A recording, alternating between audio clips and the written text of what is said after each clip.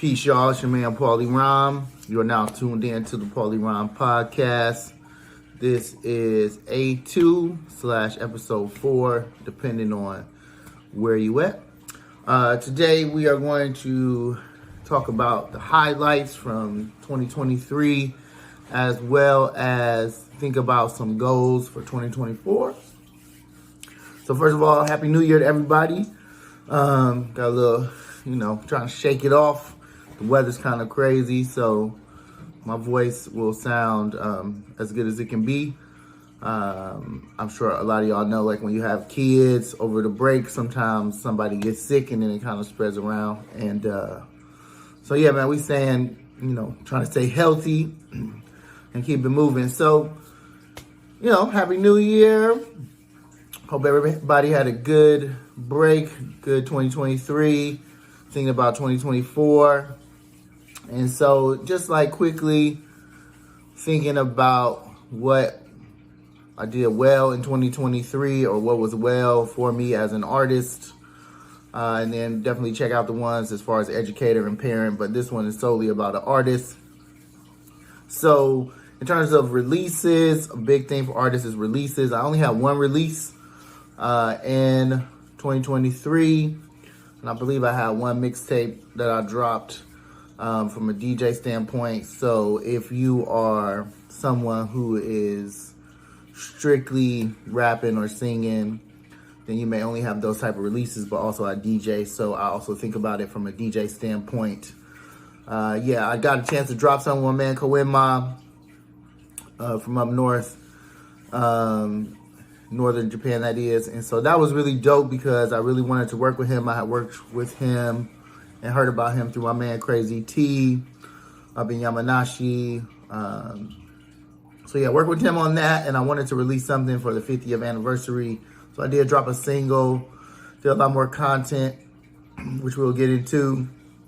And so for next year, or for this year actually, for 2024, my goal has evolved. I've been doing a lot of research, and I would like to release something once a month, or whether it's a beat or a full release. So 12 releases in 2024 is my goal. And if that turns into an album, that's dope. Or if it turns into some releases, I also am trying my hand in production more. I started off producing, back when, and so want to continue with the production and get more into it. And so that moves me into DJing. Like I said, for DJing, I think I definitely started off the year really well. I kind of slowed down toward the end of the year, just got really busy with performing and whatnot. So this year I want to DJ at least once a month. Ideally, I want to get to a point where I'm DJing every week, but my schedule and then all the things I'm doing once a month is really good. And also, I want to release more mixes. I think it'll be more quarterly, so like 4 mixes this year. But we'll see. I'm really doing a lot to organize my library. So I like to do some kind of throwback releases. I like to do a city pop release in terms of mixes. A city pop mix. I love to do a hip hop mix. So just all the genres that I've been spinning. I don't try to stick to one box, and so my goal is to do that. Number 3, so shows.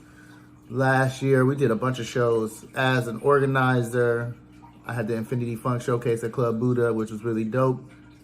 Overall, really planting them seeds, learning more about the market, meeting more people, rocking with more people. So overall, that was dope, and I'm going to be posting more of that footage on Moto.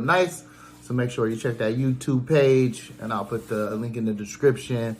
If you're listening to this on a podcast, you can go to motonice.com or paulierhyme.com and find that information. But we did a lot of showcases, had the homie Ken Show Kuma come through from Cali, which was dope. Had a bunch of people, so Infinity Funk was dope. I want to continue that. I did maybe 5. So next year I want to actually pull back and do maybe 3, just make them really tight and possibly do them in the evening. We were mostly doing on Sundays. So the crowds weren't that big, but I think impactful and definitely more of like a networking thing. So I do think it's a success, but I'd like to obviously try to turn a profit on that, or at least be able to pay all the artists. And so if I make money, it's cool, I'm down. But also we did Everyday People, which was more of a kid-friendly event. So I want to try to do more of those next year or this year. I'm probably going to go back and forth because it's the beginning. You know, the year's crazy. So do that. And then work with the band. So the band, we actually have more shows toward the end of the year, which is why I kind of pulled back on the organizing. So want to do more band shows. Again, I just want to make sure that they're quality shows. I want to do a show in Handa or 2 shows in Handa, do some shows in Nagoya, possibly get out of Aichi, but we'll see. So just be more consistent this year with the shows that I'm organizing, with the shows that I'm performing at, overlap and whatnot, and focus on quality over quantity. Moving on, number 4, so the podcast, we kicked that off at the end of the year. We got 3 episodes in, which was like also 1 section. So every section is 3 episodes. So 1, 2, 3, we dropped that, got everything up, feel like we're in a good place. Going to continue with the podcast. At this moment, I'm going to do it monthly with the possibility of having extra episodes. So check month. I like to drop those first week of the month just to kind of review what we did last month, what we're looking forward to, and just keep it moving. But we'll have some specials. I'm looking into doing a music special. How often, I don't know, but at least monthly. So my goal is to do the section, so 3 a month. Drop those at the top of the month, the first week, and then keep it pushing. So yeah, we were looking forward to the podcast and just getting better at it. And then the videos, trying to, keep the quality. I like the quality from the iPhone because I told you, like, my inspiration before, 3-Letter Man. There's also a couple people who do it strictly on the iPhone, so I'm going to stick with that formula. But probably get into CapCut or Filmora or something like that just to jazz it up. And since this is a solo one, I like the idea of putting it into sections, doing, roughly 10 minutes, 12 minutes per section. And at some point, we'll put them together. We'll see how good people say. So, obviously leave a comment. Let us know if you're listening, where you're listening from. If you have any questions, do you like this format? We're really at the beginning of this stage. So let us know. And then finally, like I mentioned a little bit, number 5 is production. So I've been doing a lot of production, just in-house working. And I was inspired by the DB Flip. So Mr. DiBiase, who is a beat maker out of California, he put together a Flip a Beat Club group, and it's since spawned a bunch of different groups. He actually just came to Japan, but I wasn't able to go out there and support him. But yeah, if you check him out, check him out. So he's really someone I admire. Obviously, I admire the greats and whatnot, but I've been doing production since about 99 on and off. And this year, I think it's really time for me to get more into the production, put out a project of my production this year, and tie that into what we're doing. So I want to do an Infinity Funk compilation. So I'm going to be hitting people off with beats. In addition, I'm going to be trying to put out 12 of my own songs. So I'm hoping to produce not all, but as many as I need to. So yeah, that means I need to make beats. So I've been making more beats and doing more production. Also, my last project, my man Dar-O did the production on there, but I did some of the compositions and like organizing. So I definitely want to look more into composing when I work with the band. They're really good at that. Obviously, they're musicians. They read music. So I'm learning from them. And this year, I want to put out that compilation with my production, put out some songs where I'm producing, really get more production out there in the world.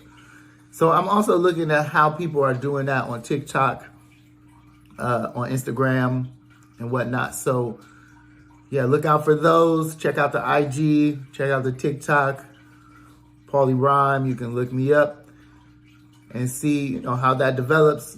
So those are the 5 highlights and my 5 goals. We're going to keep this kind of short, sweet, to the point. I do want to say, make sure that you like and subscribe, because that helps the channel, that helps the podcast. Also, check out the other videos. This year is my 25th anniversary. So I just figured that out yesterday. And so I'm going to be doing different things to make sure that people understand like all the work that we've done, as well as just keep showcasing the catalog. This month, we put out a single with K Beats called I Don't Care. Put that out maybe 2018? So go back and spin that. iTunes is really on this new thing where you got to have a certain amount of spins a month. So trying to get my monthly listeners up. And it's more of a goal for me, not necessarily I'm looking to get rich off Spotify. I don't think that's possible, but just keep people engaged. So go check out the I Don't Care. Go back and listen to that. Also, Soul Organics was a band I was in for a short time when I was in the Bay Area. My man Zach on bass, Carlos on guitar, Ian on drums and vocals, Luis on percussion and vocals. So this is the 10-year anniversary of that project, Soul Organics EP. So that's SOLGANIX. Also, we'll put some links in the description, and we'll every month try to be more diligent about going back to the catalog, what we released during that month, because I think every month I've released something over the course of these years. And I do think the music still stands up. The quality of it is still there. I think people can vibe to it, get something to it, even in 2023.